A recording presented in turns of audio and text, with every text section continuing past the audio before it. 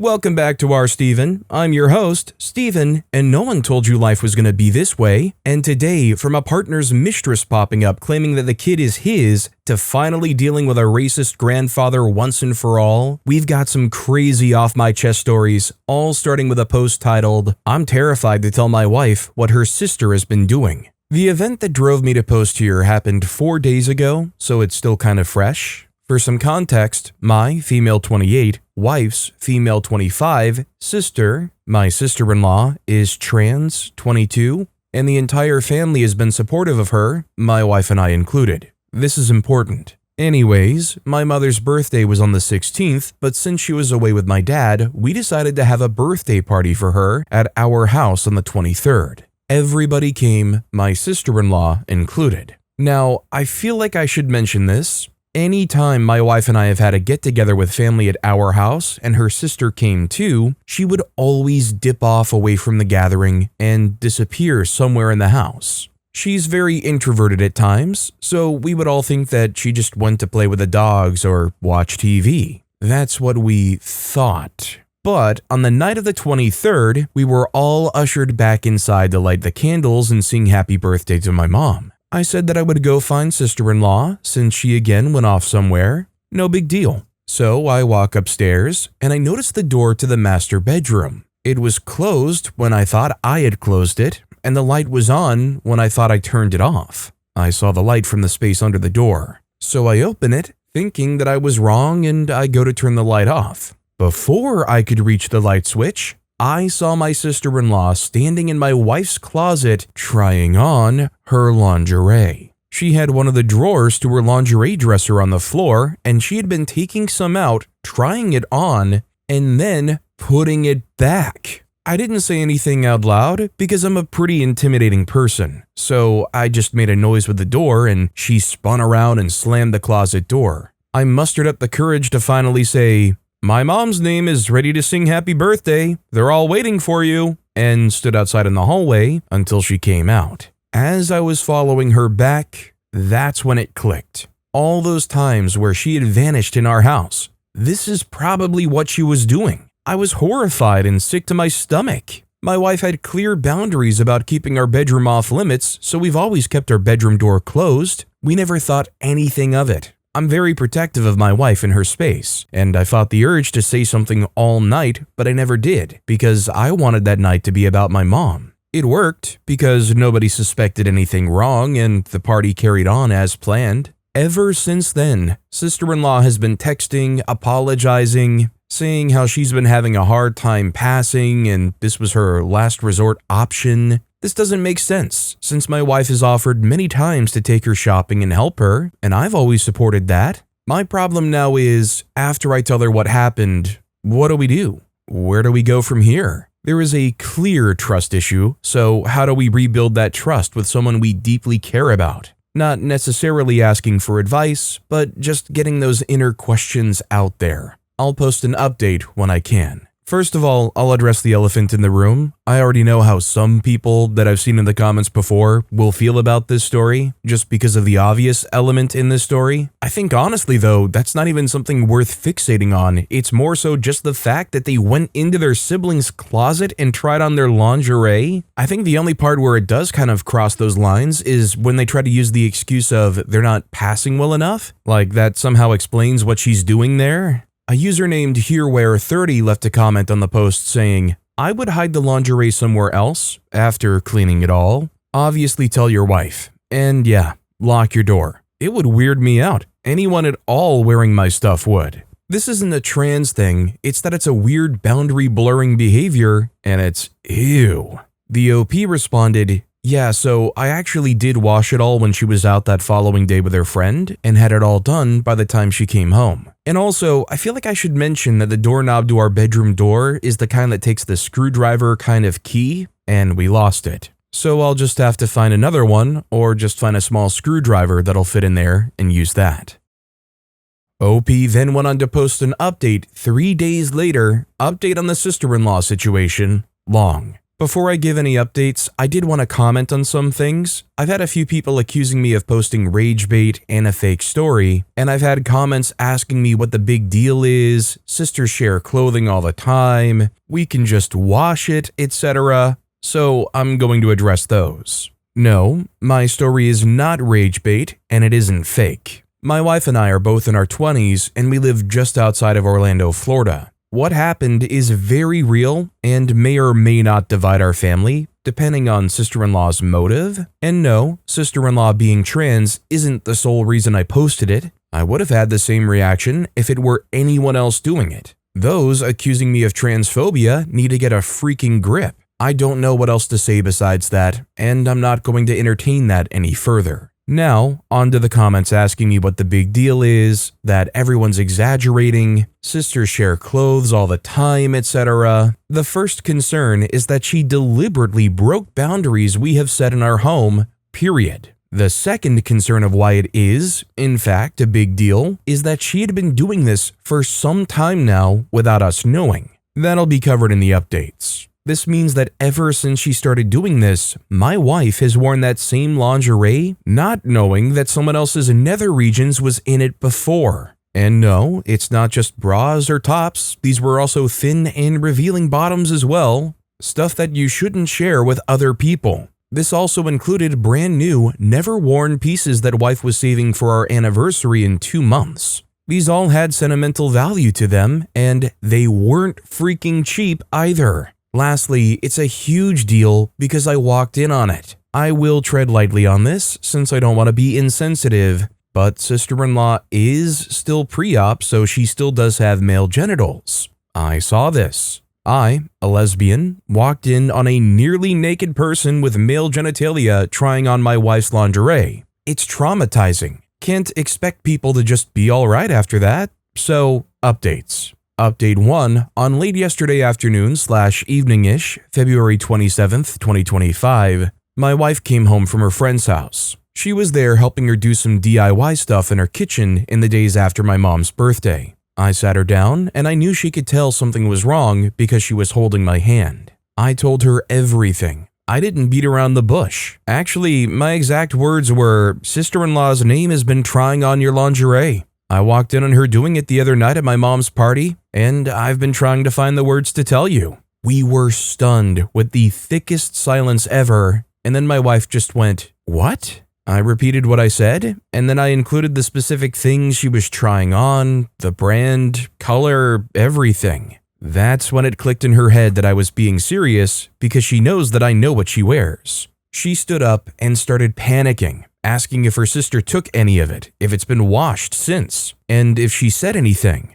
I told her not from the looks of it. Yes, I washed it the day you left to go to your friends. And yes, she's apologized a lot through text since then. I showed her the messages and she started bawling, saying how she doesn't understand why her sister didn't tell her what was going on. She then started apologizing to me, saying how I didn't deserve to walk in on that. I tried to divert the conversation back to her, telling her how this was ultimately about what she wants to do. She asked me to show her where she was rummaging, so we went to her closet and I showed her. I could see the color drain from her face and her energy shift. She ended up tossing whatever her sister tried on, and I helped her do so. We then went to shower, since she didn't want to be alone in her thoughts. She also expressed to me how she felt violated and that her privacy and intimate life has been plundered through and doesn't even want to go back into her closet right now. I don't blame her at all. By the way, this also mows over any remarks claiming that she probably wouldn't care.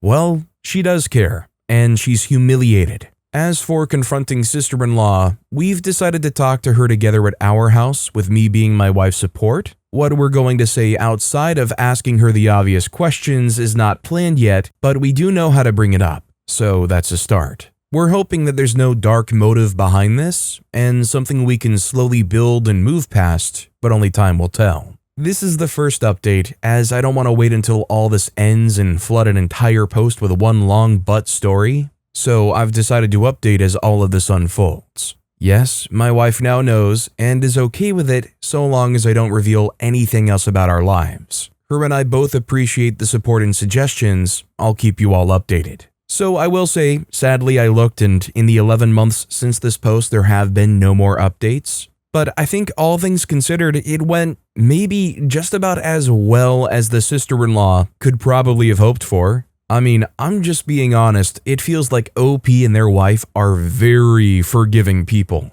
Because I think a lot of people, personal beliefs or not aside, would have a very hard time continuing a relationship with their sibling after what their sibling went and did. A user named Georgs left a comment saying, "You need to address this with your family. That person cannot be trusted around female family members' personal items at all, and they need to know so this doesn't happen to someone else. This is disgusting and horrific behavior. I'm so sorry you and your wife have been subjected to it, but you also need to consider the harm that could be done to others if it's kept quiet." The OP responded to that, "Oh, trust me, there's another update. I'm just not sure if I even want to post it anymore. I've received a few messages from people that aren't, like, the nicest, to say the least, and it makes me wary to post another update. Probably just going to lurk around until I decide." I think considering the circumstances, it's definitely understandable there's going to be a lot of hostility with the subjects involved in this story. But if there ever is an update, or you want to help support more Off My Chest Reddit story videos, why not hit those like and subscribe buttons down below. Our next story is, I've been teaching my racist grandfather fake Spanish for 2 years, and he's accidentally becoming a better person. My grandfather is 83 and racist as heck. The kind of things where he'll say things like, "Why do they have to speak Mexican in public?" and "I just don't trust them" about literally any brown person. Grew up in rural Ohio, worked at the same factory for 40 years, never left the Midwest. He's been like this my whole life. We've all tried talking to him, my mom, my aunt, and even me after a few beers at Thanksgiving. He doesn't listen. He's 83 and definitely not changing. Except he is because of me, through lies. So my grandpa moved into Sunrise Senior Living in Toledo 2 years ago after grandma died, and he couldn't keep up the house anymore. His main caretaker is this woman named Rosa. She's from Guatemala, been in the US for like 15 years, has 2 kids in high school. She's incredible, patient, kind, gets my grandpa to take his blood pressure meds, which is a miracle because he's convinced they're too expensive to work. He was cold to her at first. You could tell it was a race thing. He would talk to the white nurses fine, but with Rosa, it was one-word answers and no eye contact. One day, I'm visiting. It's a Sunday. I brought him those butter cookies from Costco he likes. Rosa brings him his lunch, turkey sandwich, apple juice, little cup of pills, and he just grunts at her and doesn't say thank you. I've watched this man thank waitresses at Bob Evans his whole life. He just won't do it for her. So after she leaves, I said, "Grandpa, you should say thank you in Spanish. She would really appreciate it." And he goes, "I'm not learning Mexican." And I don't know what possessed me, but I said, "Just say te quiero. It means thank you." Reader, te quiero does not mean thank you. Te quiero means I love you. He practiced it like 3 times. Te quiero, and his accent is awful. I told him it was perfect. He said it to her the next day. She looked confused for a second, then looked at me. I was sitting by the window pretending to read a People's magazine, and I just slightly shook my head. She understood immediately. This woman is a saint, and she just smiled and said, "De nada," and walked out. That was 2 years ago. I visit every Sunday and have been teaching him fake Spanish ever since. Here's his current vocabulary. Te quiero for thank you. Actually, it's I love you. It is mi familia equals good morning, but it actually means you're my family. Mi corazón equals excuse me, but it actually means my heart. Que Dios te bendiga equals see you later, but it actually means God bless you. And eres un ángel equals sorry, but actually you're an angel. So now, multiple times a day, my racist grandfather looks his Guatemalan caretaker in the eyes and says things like, "You're my family," and "You're an angel," and "I love you," thinking he's just being basically polite. And here's the thing, it's working. Like something shifted. I don't know if it's because he's saying these words out loud, even without knowing what they mean, or if Rosa started being warmer to him because she thinks it's hilarious, but he's different with her now. He asks about her kids, remembers their names. He saved her a cookie from his lunch last week, one of the butter ones I bring. He told my mom on the phone Rosa's one of the good ones, which is still racist, but like progress for him? The bar is underground, but he's digging toward it. Rosa knows everything. We talk about it when he naps after lunch, usually around 1:30, out like clockwork. We sit in the hallway by the vending machines and I teach her the next phrase to expect. She says she's never had a patient tell her that she's an angel 6 times a day. She calls him mi estudiante and he thinks it means sir. She showed me a video she took of him practicing Eres mi familia in the mirror and I almost cried laughing in the Wendy's parking lot after. My family doesn't know. My mom visits on Wednesdays and just thinks Grandpa's mellowing out in his old age. My aunt thinks the facility is doing something right. They don't know it's because I've tricked him into speaking love to a woman he would have ignored 2 years ago. My only fear is he goes to the dining hall and tries his Spanish on someone else, or my cousin brings her boyfriend who actually speaks Spanish and Grandpa thanks him by saying, "I love you, my heart." I'll deal with that when it happens. First of all, I wanted to be very accurate to the story, so I tried pronouncing the words. I don't actually know Spanish at all. Probably not a surprise for anybody out there that actually knows Spanish. I'm sorry for my very clear English-speaking butchering of those words. Or I guess instead of I'm sorry, eres un ángel. A user named Agreeable Sky left a comment saying, "This is the best freaking thing I read all day." And with that, I'm going to bed with a little extra warmth in my heart. Te quiero, Opie. Our next story is, my girlfriend used an AI tool to search through my gallery, and now she's moving out. I've been with my girlfriend for 2 years. Things were really going great, but we had a massive blow up last night. My girlfriend knows my passcode, and I've never had a problem with her using my phone to order food or check Spotify. Last night, we were looking for a photo of a restaurant menu we took months ago. Instead of scrolling, she opened this app. But instead of typing menu, she started typing in things like girl, blonde, and beach. Suddenly, photos from 4 to 5 years ago started popping up. Old vacation photos with my ex, screenshots of Hinge profiles from before we met, and some old photos an ex had sent me that I honestly forgot were buried in my 10,000 plus photo cloud storage. I snatched the phone back and told her she was invading my privacy. She got super upset and said, "The fact that you still have those photos, even if they are 5 years old and buried, means I'm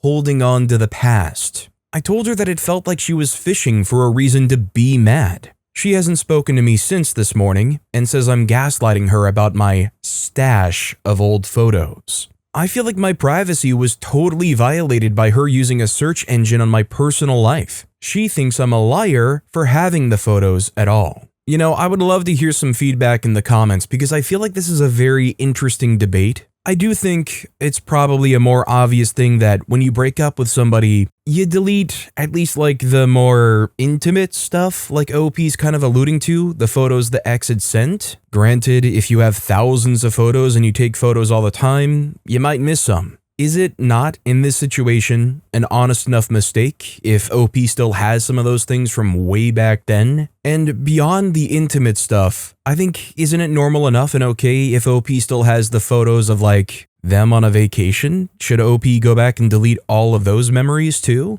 I think the real thing that raises red flags for their partner here is OP's reaction, where they snatch the phone back and they say, "Oh, you're invading my privacy." Like, I get the feeling, but how does that not come across to your partner as something that has like an unfaithful emotional attachment to it? Like, it almost has like an undertone to it where it feels like, oh, you're not supposed to have seen those, or oh, you're not supposed to have known about those. A user named Afroless Ninja left a comment saying, "This happened to me once. Instead of getting mad, I just rolled with the punches. I was like, oh yeah, I never really delete pictures. Go ahead and keep looking. You'll find more exes, videos, etc." That shook her, but also I was being serious. Then a few days later, I asked to look through her photos. She said, absolutely not, and I let the silence fester. You could see the realization on her face. Broke up with her shortly after.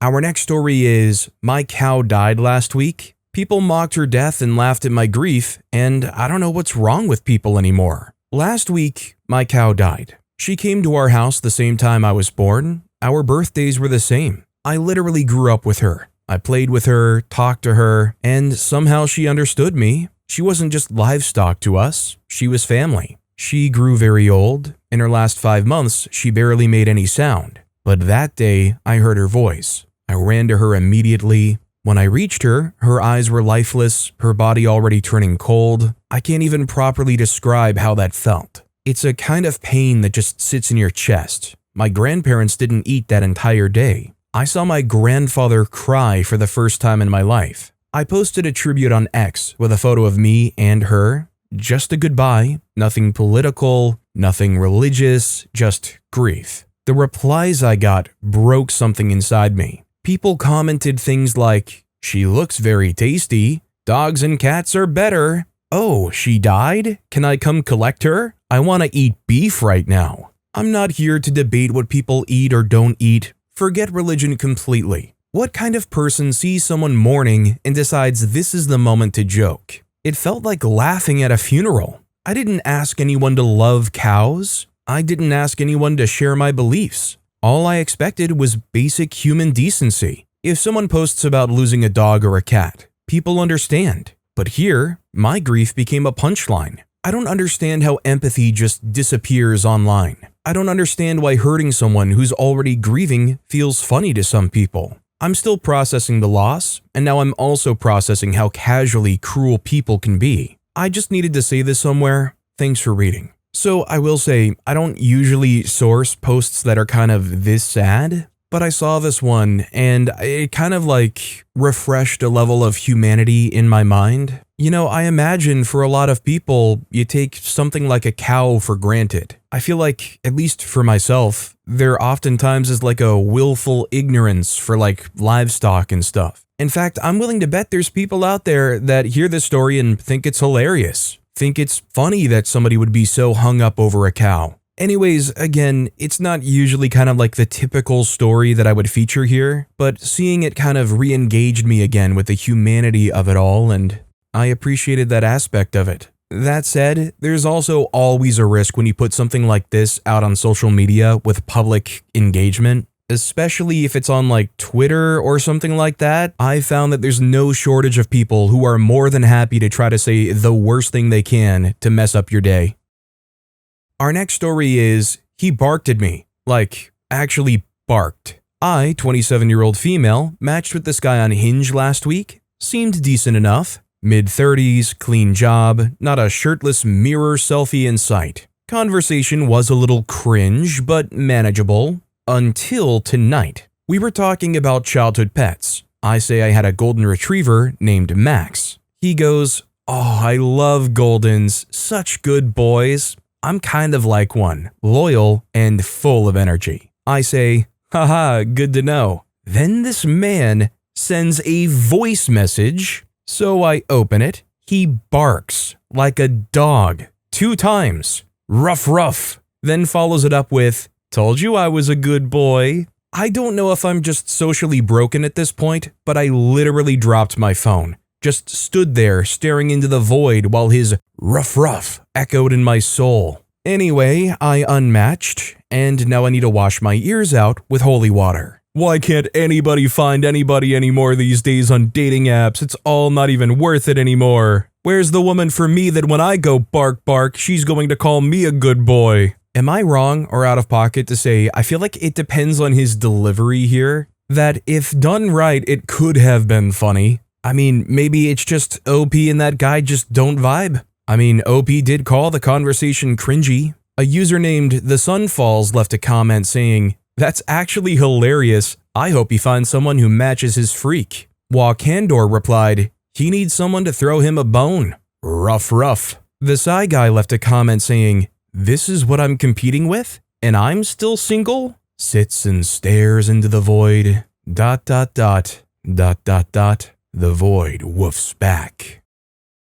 Our next story is, my dead husband's mistress is pregnant, and I kinda hope it's his. My husband was killed by a drunk driver in October 2025. He was my best friend and my entire world and had been since I was 15. I've truly never lived a life without him. We were separated for 5 months between May to about 3 weeks before he passed, and we still did just about everything the same besides couple things and living together. We had just gotten back together, and things were looking up when I got the call. Anyway, in November, I get a message on Facebook from a woman saying that she's pregnant and it was my husband's baby. I didn't know how to respond, but we ended up meeting up. She said that her and my husband had a one-night stand. Now, if she isn't lying and the baby is his, then that would mean we weren't separated at the time, and for some reason I have hope it is his. Now, that sounds insane, but we separated because he had a midlife crisis after I was done trying to have a baby. We had been trying for 18 years, and I had done 4 rounds of fertility treatments, and after my 4th miscarriage, I couldn't do it anymore. He wanted to do one more round, but mentally I couldn't do another round.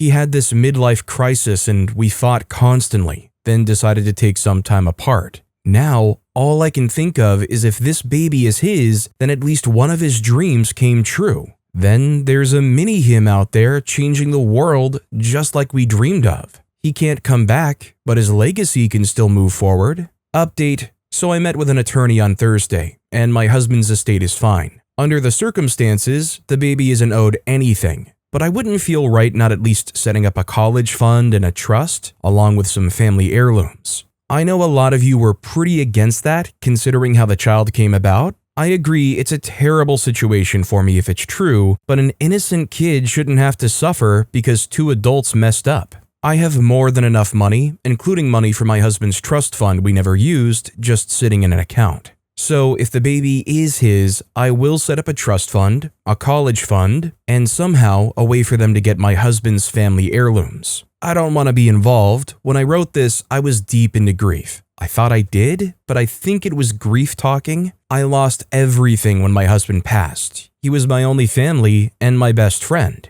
I was a foster kid, and my biomom died long before I could meet her. There wasn't a father on any of my paperwork. I have nobody and my mental health has been awful, so please give me some grace. I wrote this thinking maybe someone else went through this or felt the same, and I appreciate all the comments, good and bad. I don't think the baby's my husband's, nor do I think he cheated. She told me they met at this bar they both went to in Colorado on a specific date and went back to his hotel room and had a one-night stand. She named the bar he went to and the same dates my husband was in Colorado for his yearly ski trip. Seemed very convincing until I realized you can go on his Facebook or Instagram and see that exact information publicly. I asked his friends because they were on the trip with him and they were very confused because apparently he didn't even stay at the bar long and left with one of his friends. Then they made me cry because they went on about how much he used to talk about me and how much he loved me. I don't think he did. My husband hated cheaters. But I guess sometimes people hate them and still do it. I didn't want to be that person that said their husband would never when anybody is capable. I'm still doing the DNA test under my attorney's advice. It's just approved to the court just in case she tries to take us to court for anything. That's all for now. I see a therapist on Wednesday, so hopefully she'll help.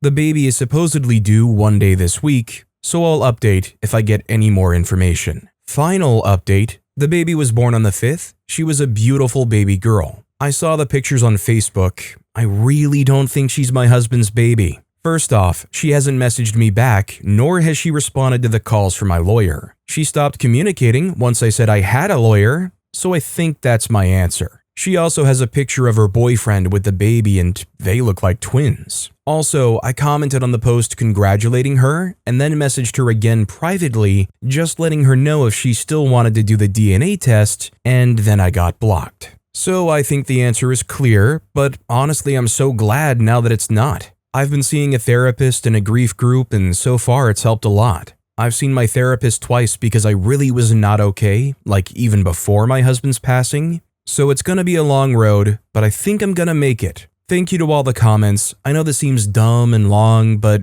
y'all truly helped save my life. I really do appreciate it. So obviously crazy circumstance and also a very crazy way of somebody trying to do their best to extract money from, I don't know, somebody they see in an obituary or something. I mean, am I understanding this correctly that they likely went and looked for an obituary of a guy that's around fathering or sleep with her age, looked up their Facebook, found when they could possibly have been together to hook up, and tried to extort OP for a share of the inheritance? I mean, should OP have not consulted the lawyer not for like the DNA paternity test, but at this point to see if there's like a claim for something else? Maybe it's not worth it, I don't know. But from the sounds of it, this lady tried to scam you probably for thousands of dollars based on your sympathy, based on OP's grief. I mean, it's just one of the craziest things I've heard. That said, that's all the time we have for today, so if you want to hear another absolutely crazy off my chest thing, why not check out that video on the left of the screen? Or if you missed my latest video, you can check out that video on the right.